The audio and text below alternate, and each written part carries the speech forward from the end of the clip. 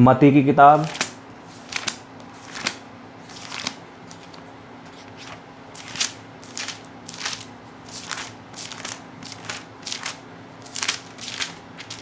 उसका 11 अध्याय उसकी 28 आयत से पढ़ेंगे।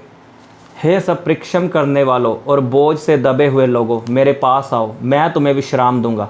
मेरा जुआ अपने ऊपर उठा लो और मुझसे सीखो, क्योंकि मैं नम्र और मन में दीन हूँ, और तुम अपने मन में विश्राम पाओगे, क्योंकि मेरा जुआ सहज और मेरा बोझ हल्का है। सब बोलो आमीन। अपने हाथों को उठाओ, बोलो परमेश्वर, ये वचन मेरे लिए, तेरे वचन में लिखा तो अपना वचन भेज के हमें चंगा करता है, अपना वचन भेज के हमसे बात करता है। खुदाबंद बोलो परमेश्वर, अपने वचन के द्वारा मुझसे बात कर, मुझे समझा कि मुझे क्या करना है, अपनी योजना मुझ पे जाहिर कर अपने वचन के द्वारा। प्रार्थना करो सब जब प्रभु यीशु के सामर्थ्य नाम में मांगते हैं, आमीन।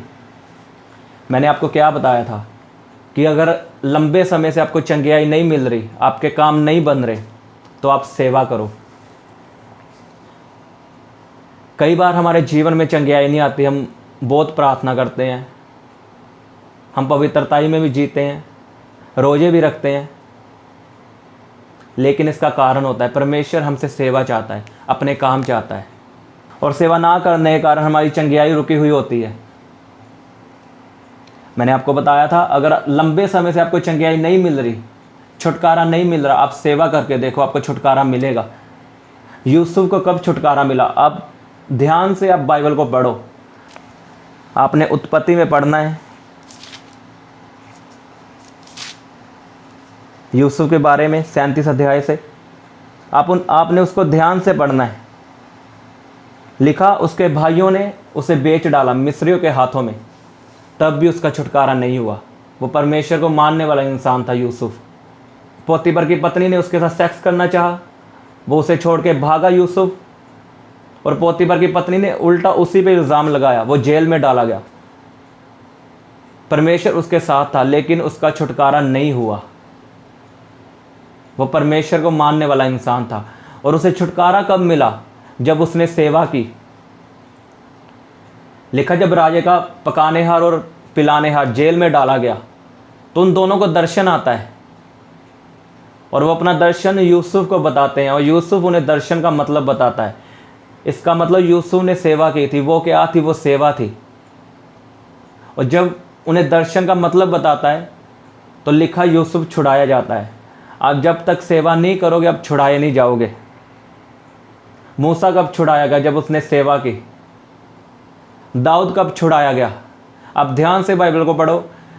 जब दाऊद अपने भाइयों के लिए खाना लेके जा रहा था, आगे गोलियत था, और कोई भी उसके साथ लड़ने को तैयार नहीं था, लेकिन दाऊद ने कहा, ये कौन है जो यहोवा के नाम को ललकारता है? मैं लड़ूंगा। वो क्या था? वो सेवा थी। अगर वो ना लड़ता, वो इज़राइलियों को मारता। उसने इज़राइलियों को बचाया था, अपने लोगों को बचाया था। यह दाऊद की सेवा थी। और लिखा, उसके बाद वो ऊंचा किया गया, राजा बनने का अभिषेक उसका किया गया। अब तब छुड़ाए जाओगे जब आप सेवा करोगे, प्रभु के कामों करोगे। मैंने जो वचन आपके लिए पढ़ा, मत्ती 11 की 28 में लिखा, जो हम फिर से दोबारा पढ़ेंगे।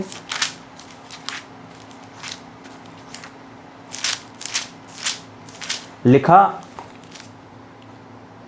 हे सब परिश्रम करने वालों और बोझ से दबे हुए लोगों, मेरे पास आओ, मैं तुम्हें विश्राम दूंगा। मेरा जुआ अपने ऊपर उठा लो और मुझसे सीखो, क्योंकि मैं नम्र और मन में दीन हूँ, और तुम अपने मन में विश्राम पाओगे, क्योंकि मेरा जुआ सहज और मेरा बोझ हल्का है। क्या कहा यीशु मसीह ने? ए सब परिश्रम करने वालों और बोझ से दबे हुए लोगों, मेरे पास आओ, मैं तुम्हें विश्राम दूंगा। मेरा जुआ अपने ऊपर उठा लो और मुझसे सीखो, क्योंकि मैं नम्र और मन में दीन हूँ, और तुम अपने मन में विश्राम पाओगे, क्योंकि मेरा जुआ सहज और मेरा बोझ हल्का है। मेरा जुआ अपने ऊपर उठा लो। परमेश्वर का जुआ क्या है? उसका सुसमाचार सुनाना।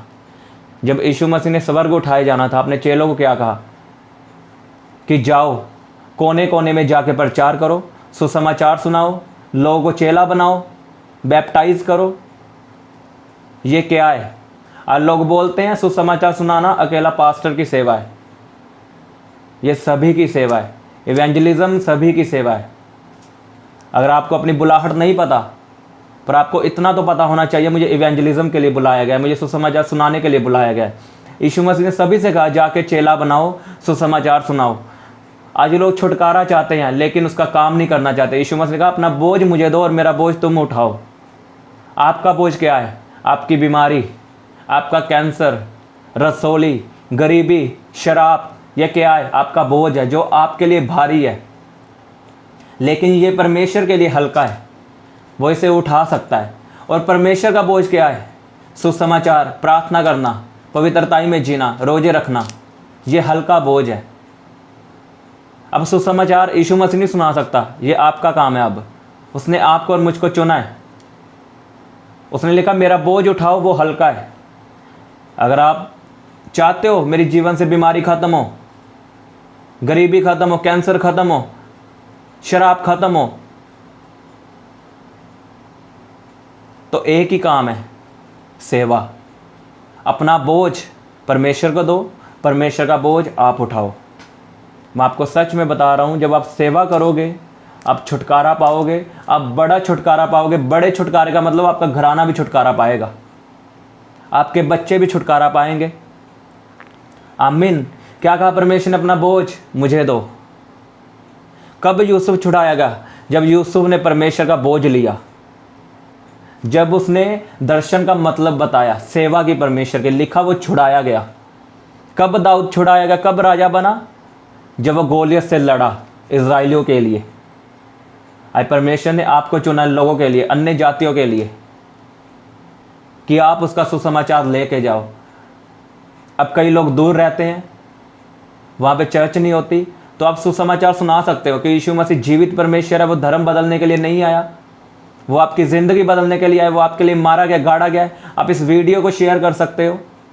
अगर आप चर्च में जाते हो तो उनकी टीम के साथ जुड़ सकते हो इवेंजलिज्म के लिए। आप सुसमाचार सुना सकते हो, लेकिन सेवा करो, यीशु मसीह के बारे में बताओ। अगर आप छुटकारा चाहते हो पूरी तरह से, खुदावंद आपको छुड़ाएगा जब आप उसके काम करोगे। उसने लिखा मेरा बोझ उठा, वो हल्का है। सुसमाचार उसका बोझ है, वो आपने उठाना है। और जो आपका बोझ है, बीमारियां, वो परमेश्वर उठाएगा।